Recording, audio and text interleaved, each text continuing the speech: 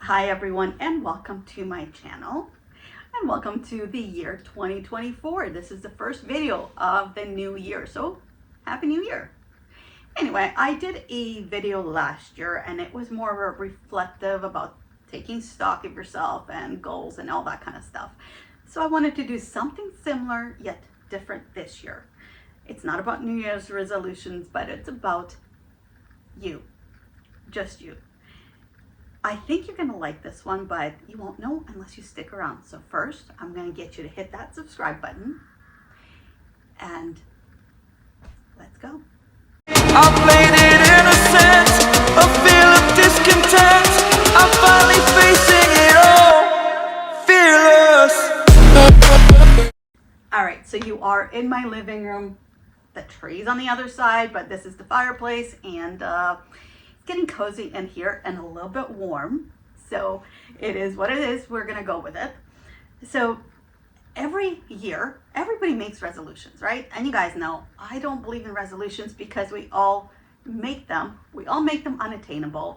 Like, I'm going to lose 300 pounds by the end of this week. It's not possible. It never happens. We get discouraged and we just give up. So I don't believe in New Year's resolutions. However, I do believe in goals.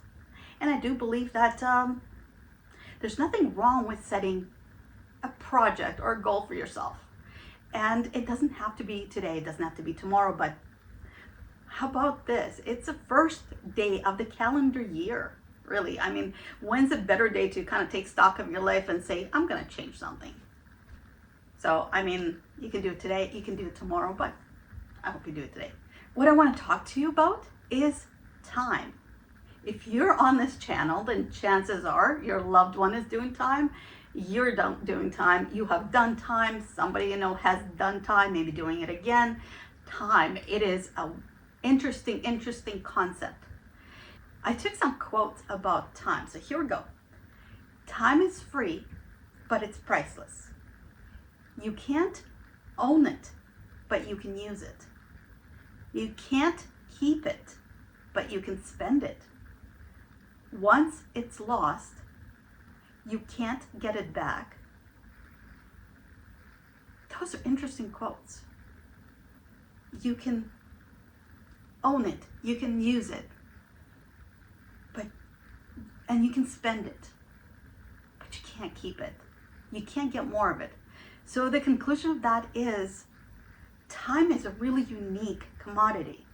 And the biggest mistake that we all make is thinking that we have more time. Because guess what? You don't have enough time. Right now, you don't have enough time. I say this while you're watching my video, but you need to hear it. You don't have enough time. When you look at people that are at the end of life, on their deathbed, how many of them say, I wish I painted the living room? I wish I collected more stamps. No, they don't do that. They say, I wish I had more time. For whatever it is, I wish I had more time. So instead of living with those wishes, you don't have enough time. So while you have somebody that is doing time, you're doing time with them.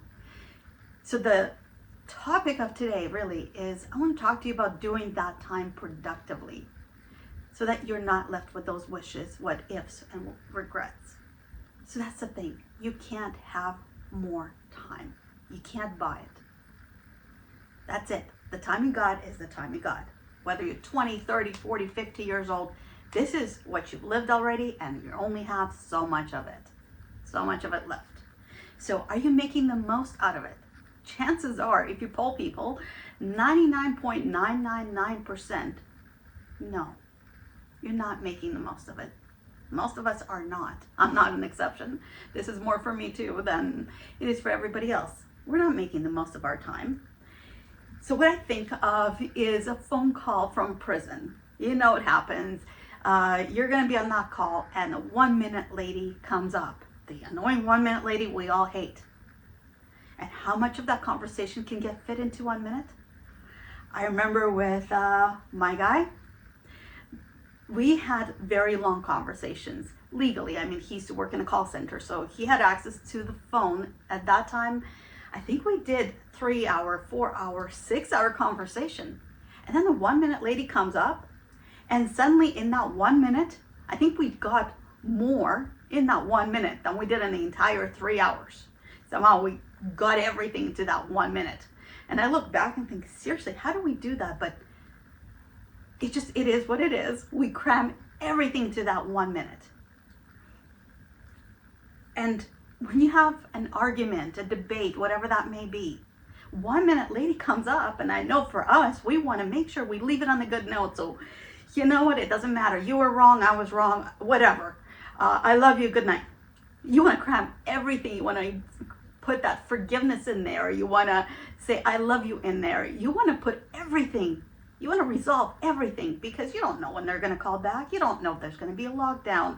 There's going to be medical crisis, anything tomorrow. So you're going to put everything into that 1 minute. I always think that is really cool how that happens. Time's kind of a mystery. I think that 1 minute is actually a lot longer than 1 minute. I'm going to time it one of these days. I should. But I'm very sure it's 1 minute. So that's the thing. We look at time, and we do a lot of interesting things with time, especially when we're constricted on time. So while you're doing time, how do we do this better? Well, let's see. Let's start with the first one, multitasking. You know, when you fill out those job applications, resumes, we all say multitasking, that's a strength. I know I'm the first one. I always say multitasking, that's a good thing. I can multitask like no tomorrow. And you know what? That's bull. I can't say the rest on YouTube or they're gonna not like me. It is crap. Multitasking is bad for us. Research shows that if we didn't multitask, we would be at least 40% more efficient. Isn't that something? Imagine how much you can accomplish. So here's a story from my own life. 2013. I'm just finishing work. I'm on the phone trying to finish work. It was important. I'm getting formula ready for my newborn child. I just gave birth to my daughter, and who's sitting there staring at me from the couch. Yeah, I just gave birth to her at that time. She was a preemie. I'm warming up her formula bottle. I'm starting to feed her while still finishing a work call. And I'm walking around trying to get her to soothe because she's colicky. Anyway, so many things going on at once. I haven't had sleep for probably 3 days because I worked nights. So, a lot of things going on, and I fell. Just that. I had a fall. I ended up with 54 broken bones. It took me many years to be in casts, in a wheelchair, to learn to walk, and everything else. So if I wasn't multitasking, if I finished that work call, if I fed her, sat there, spent time with her, do one thing at a time, I probably would have saved myself all that grief, all that pain, physical and emotional, and I would have a lot less pain today. So multitasking sucks. Just something to think of. Next one is make sure that people in your life know how you feel. I know you're gonna say, well, my kids know I love them. Oh yeah, they do. But does it hurt you to say it? Because the thing is, none of us know what happens tomorrow. I think we've seen that with the pandemic. We see with the world events going on right now. We don't know what happens tomorrow. Nothing's guaranteed tomorrow. See, I'm full of cliches today, but honestly, I mean, you can drop dead tomorrow. I can drop dead tomorrow. How's this for a morbid conversation? But we don't know tomorrow. All we know is right now. So you might be mad at your person, but tell them you love them because you don't know if they can call back tomorrow. People in your life, you may not agree with them so much. You know what? Let it go. Just tell them you love them because just do. I'm not saying, you know what, everybody you've ever hated in your life, go out and tell them that. No, this is a positive thing. Make sure people you care about know that you care about. Say it. Say it as much as you can because there's no such thing as hearing it too much. Next one is set up your environment. So we talk about goals. Let's talk about losing weight, for example. If you want to lose weight and your fridge is stocked with the biggest, nicest junk food out there, guess what? You're going to open the fridge, you're going to eat that junk food, and hey, I'm not losing that 300 pounds in a week. Well, of course not. So your environment needs to reflect what you want to accomplish. If you stock your fridge with healthy food, you're going to eat healthy food. Not as good tasting, but you're going to eat it. If you need to get focused at a work thing, you're sitting at your computer, then make sure your environment doesn't have that clutter and distractions and all that kind of stuff, because you're going to accomplish more and better. So set up your environment. When you're on the phone or in person with your loved one, talk to them about their environment. Now, a lot of people say you can do the time right in prison. Yes and no. Those people, they live in a fishbowl. Okay, you cannot choose who you live with. Prison has, let's say, 3,000 people. So your person's around about 1,500 of them every day. He or she cannot say, well, you know what, I don't like A, B, and C, so I don't want to live with them. Too bad. That unit, you're going to live with those people. Some of them he or she likes. Some of them, maybe not such great people, maybe not great influences, but what are you going to do? Nobody's going to move them out just because you don't really like them so much. It is what it is. But you can choose how much time you spend with them, how much you listen to them. So if they're out there telling you every gossip in the world, how every relationship sucks and your person's cheating on you, he or she doesn't have to listen to it.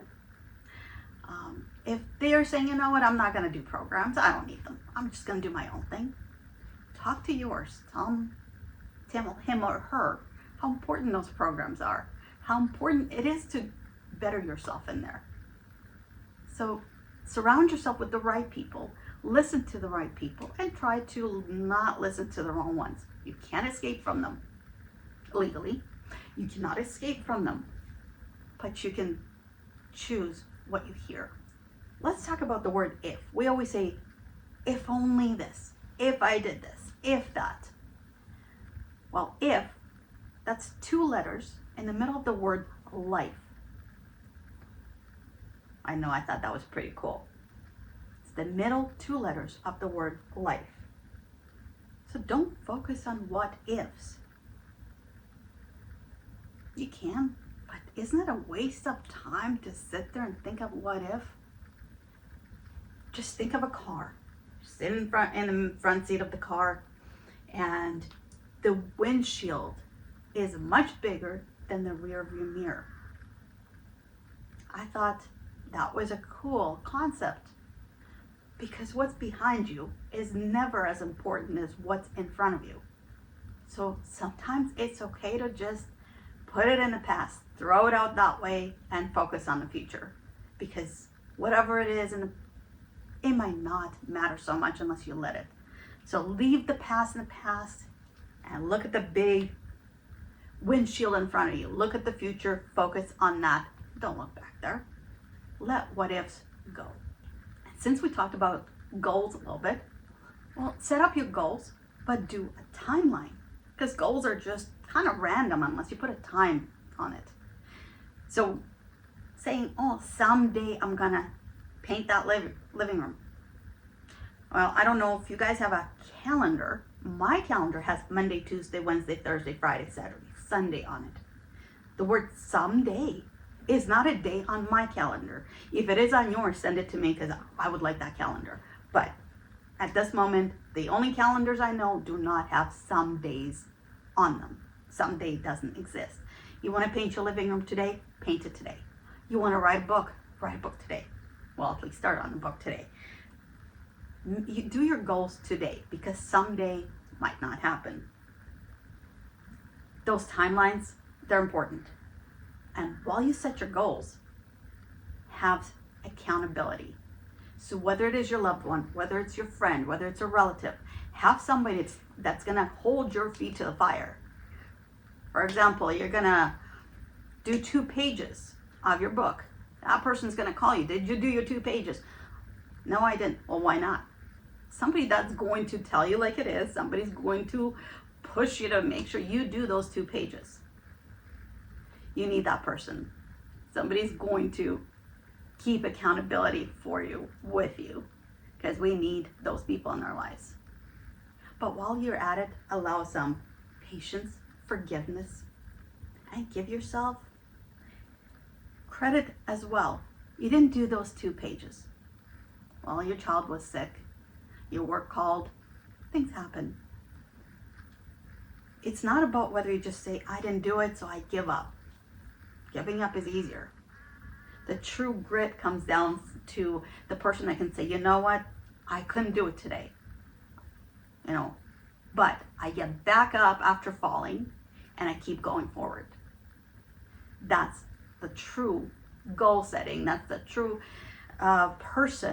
true core of a person that you are, is when you fall down and you say, yeah, that's not going to stop me. I'm going to keep moving forward. Really, I'm going to keep moving forward.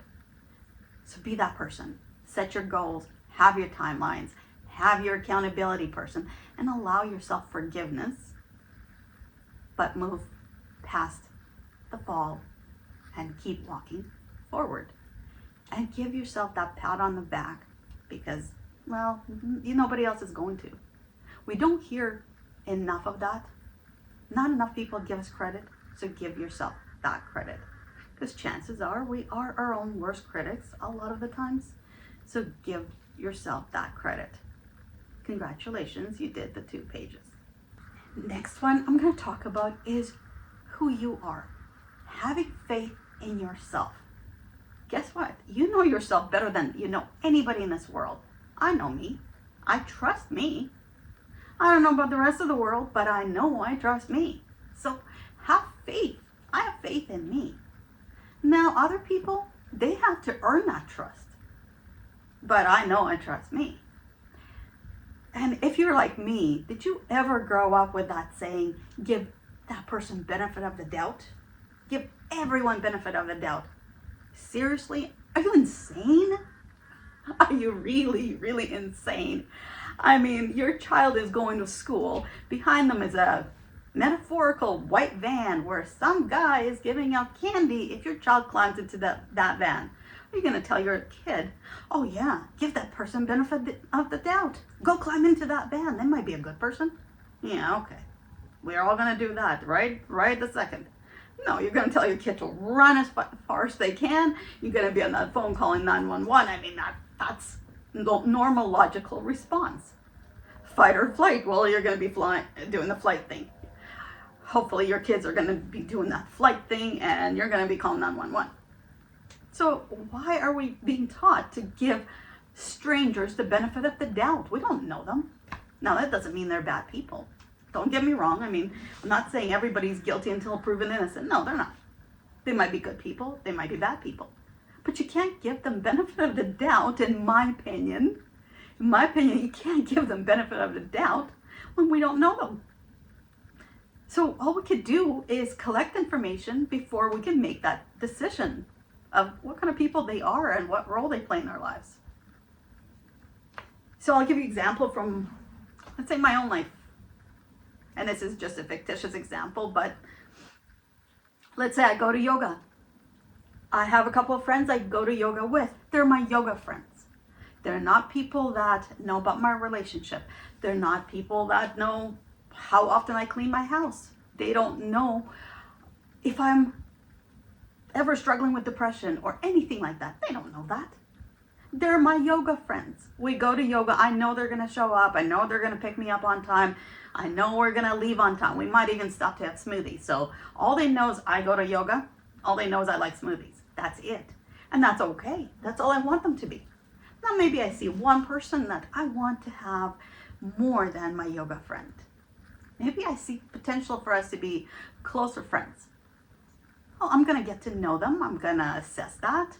And we go from there slowly. And they're doing the same thing because to them, I'm just a yoga friend. So if we take that step further and we become a little bit more than yoga friends and our friendship grows from that, okay, that's fine. But if it doesn't and they're just my yoga friends, I'm okay with that too. So again, don't just give people benefit of the doubt. You don't have to confess your relationship, your private thoughts, your prescription to anybody that you don't want to. All you're going to do is collect that data and then you're going to make an informed decision. It's just like science. We've learned that in physics, chemistry, all of that. That was the whole idea of an experiment. We collect data we make a decision and we reach results in the end. The next one is some people are loyal to you and some people are loyal for their need for you. Now, what does that mean? We think loyalty matters. Yes, it does. And people in our lives have to be loyal to us. No, they don't. Because that person might be your coworker, for example. They're loyal to you because you work together. You do projects together, work projects. But then you go home and they change jobs. You don't hear from them. You call them, they're too busy or they don't answer, and you kind of get cranky. Like, come on. We were friends. We trusted each other. What happened? Well, maybe you weren't friends. Maybe you were just work friends. Their loyalty to you as a coworker has ended because they have a different job now out there. Now they have loyalty to a different coworker, and you have a different coworker that you're building loyalty with as well. And that's okay. I know we do that with our closets. Or at least I used to do that with my closets. I have clothes. I had them last year, so I'm going to keep having them this year. And I've started to do this thing where I let things go because I no longer wear it. It doesn't fit me anymore. Why do I carry it over and over and over every year in my closet? I don't have to. Let it go. So it's the same thing. You don't have to chase that person. Their loyalty for you dependent on their need for you. And not in a bad way, just life changes. People we went to school with, people we went to college with, they have moved. They have different things going on. Don't chase people. There might be 20 people on this side that are waiting to be a loyal friend to you. So let that one go. Don't chase after them. And welcome these ones in. The ones that you haven't met yet. Make room for them. So as we talk about letting people go, have the courage to cut ties. Setting boundaries. I mean, I actually have gone to counseling. I have counseled other people about cutting ties, setting up boundaries, how important it is to set boundaries. It's a hard one. It's a hard one for me. I know it's hard for a lot of us with everybody in our lives. We have different boundaries with different people, and putting your foot down is not as easy as it sounds, and it was a learning curve for me when I was a lot younger. I'm much better at it now. And some of you will say, well, I can't change my family. No, you can't. Your family might not approve of your relationship. They might not. You can't change them. You cannot change who you're physically related to. You can't change your DNA. But what you can do is set boundaries. You can change the kind of relationship you have with them. You can agree to disagree. You can say, you know what, I love you, I know you mean well, but this topic is off limits. My relationship is off limits. How I raise my kids, that topic is off limits. Now, there's time and a place to have that conversation too. You want to defend your relationship, great. There's a time to do it, but there's time to not do it. For example, your sister's, your brother's wedding. Maybe not the time that you go up front, grab that microphone and announce to the world that you're dating somebody in prison, for example, and they better like it or else. And that's not your day. It's your sister's day or your brother's day. It's not your day. Don't spoil that. That's not the time for it. The time for it might be tomorrow, the day after that, next week. Just pick the right time to set your boundaries. That's important too, because I know if that was my wedding, I'd be pretty mad because people have done this at my wedding. So set your boundaries, say no. No is a complete sentence, but do it the right way. As we set boundaries, let me remind you of something. This is a saying I've heard, and it really makes sense when you understand it in this type of environment. You don't have to react just because you can. Now, there's a lot of times when we're right. We know that prisons aren't fair. They're not. They're not just, they're not fair. But it matters how you take that unfairness, take that being right, and how you address it. So here's an example. Maybe you're doing a call to the prison for whatever that may be. Maybe your loved one doesn't have a blanket. Again, as an example, they don't have a blanket. You're going to call the prison and you're going to say, you know what, my person so-and-so needs a blanket. And they're going to tell you they already got one. You know they don't. You're right. But if you start swearing, yelling, and all that stuff, you know what? They're just going to hang up on you.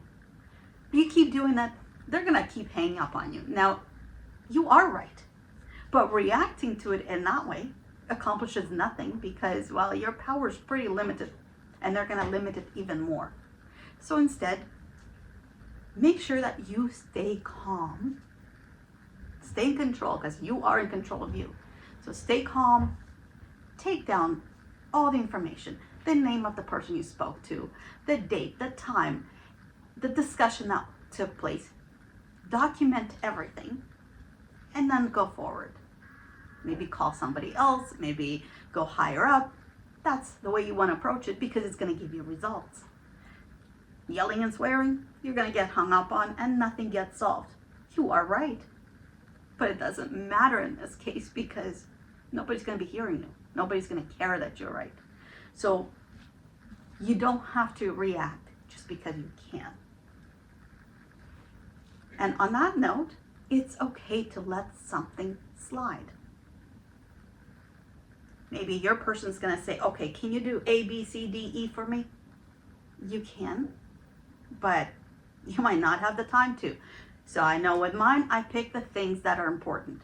Okay, I can do A, B, and C for you. The rest, can you do it yourself? Sometimes that's part of boundaries. That's saying no. We don't actually have those things. I mean, he won't ask me to do something unless he absolutely used up every method possible. And this is really important.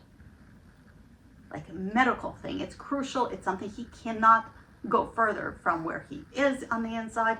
And I have to step in from the outside. He's not going to ask me unless it's important. But sometimes some things you got to let slide.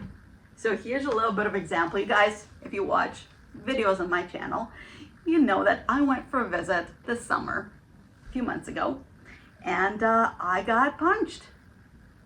It was fun. I got punched. So the minimum story is I was in line, I was waiting to get processed, and there's another woman in line waiting to get processed. She got denied. She was told she can't go in wearing what she was wearing because she was wearing blue. Where my guy is, you cannot wear blue. I was wearing normal clothes. So I was being let in, she was not. So she turned around and she punched me. Fun. Now, I really want to hit her back. I mean, I am that person. I don't want to get punched. I don't want to look like a punk. I want to punch her back. But I can see my person. I know he's sitting right there. I can see him in the line of vision. And he's sitting there going, no, no, no. So, I took a long, deep breath. I didn't punch her. I went through the metal detectors. We had a great visit. That was that. And I know he mentioned, yeah, he knew what I wanted to do. Now, if I punched her, both her and I would have been kicked out of that visit. I would have lost the visit. Is it worth it? I traveled all the way from one country to another. It would have not been worth punching her. Maybe for some of you guys it is, but I really wanted my visit. So I let that slide. I let it go. So that's where sometimes you got to pick your battles. I picked mine, I took a deep breath, and I had a good visit. She got kicked out of the visit. Some of you might not agree with this, but I let it go. And that's the part of, again, picking your battles, whether it is with strangers, whether it's with people you know in your life that have no business in some decisions. You know, if they're telling you what to do, they live in your head rent-free. They don't get to. They don't get to live in your head rent-free, so kick them out. They don't get to have a say. So pick your battles. And sometimes that battle is worth saying, you know what, I'm going to let this go, and I'm not going to let that go. But if it's not worth the fight, let it go. If you're on the phone, you know what, he's having a bad day and he's just cranky. Yeah, you can pick a battle with that one. You can argue. But is it really worth it? Because you're going to make up. His bad day is going to end and tomorrow is going to be a good one. You can let that one go. And you know what? Tomorrow you're going to have a bad day and he's going to be the one to let it go. I mean, I'm not saying let people walk all over you. No way. I mean, if he's doing something he shouldn't be doing, no, that's different. But if it's a little thing, he's just being cranky or whatever it is, it's not worth your time. Again, you don't have enough time. You have limited time on that phone call. Do you want to waste it talking about how cranky somebody is? Really? I mean, I know I don't. Those phone calls are too precious. Those visits are too precious. Those video visits are too precious to waste on something really not important. So pick your battles. Some are not worth it. Some are worth letting it go. And that should be a mutual thing with people in your life, but you got to start. You got to set the example up. I'm too mature. I'm going to let that go. So you know what? If your person's saying, I need you to call them about money that I didn't get paid. I need you to call them because medical, I didn't get my surgery. I need you to call because, commissary's coming up and I don't remember what I have to buy on the commissary. I don't remember my sheet, or I want this item. I don't know if it's available. And they're going to start listing stuff. You don't have enough time maybe. So let them know that. You know what? Medical, I got you. Money missing from your account, I got you. Commissary, items you like, or you just want me to Google some stuff that you just want to know, how big are dolphins? I don't got you for that one. I don't have time for it. You know what? If I have extra time, I'll do it for you, but I probably don't have enough time. So like I said, those are things that I know mine does not ask me to do because he knows I have a job. I have kids. I have a home. I have bills, all that kind of stuff. If there's money missing from his account, yeah, I'm going to follow up on it. Medical, he's got a lot of medical issues. I do follow up on it. But he'll never ask me to do something that he can't do himself or something that's useless because I don't have time for that. And respect my time. I need respect for my time. So, you know what? I'm not going to Google how big dolphins are or what fish means this, and I'm not your Google. Anyway, so have enough respect for my time, and you have to have respect for your own time. Because again, you don't have enough time. Since I'm full of cliches and quotes today, I'm going to have one more for you. Mark Twain once said that we have two most important days in our life. First one is the day you were born. And second is the day you find out why. How profound is that? Your most important days of your life is the day you're born and the day you find out why. Now, I'm a mental health professional, so to me, finding out why, your purpose in life, I'm big on that one. So that really hit me. So you don't have enough time. Not on useless stuff, not on that one. So invest the time you have to find out why. To find out about your life. To live the life you need to live. To live the life you're meant to live. You are the only you out there. You may share your name with other people. There might be more than one. Karen, Connie, Bruce, whatever. There's only one you. You are unique. So invest the time, take that journey into finding out why, that second reason, why you're here in the world, whatever that is for you. So as we're wrapping this up, I'm going to ask you 2 questions to think of. Number 1, if you could erase one thing that happened last year, what would it be? I'm not talking about politics. I'm not talking about the wars or events that are happening in the world. No, your personal life. If you could erase one thing that happened last year, what would it be?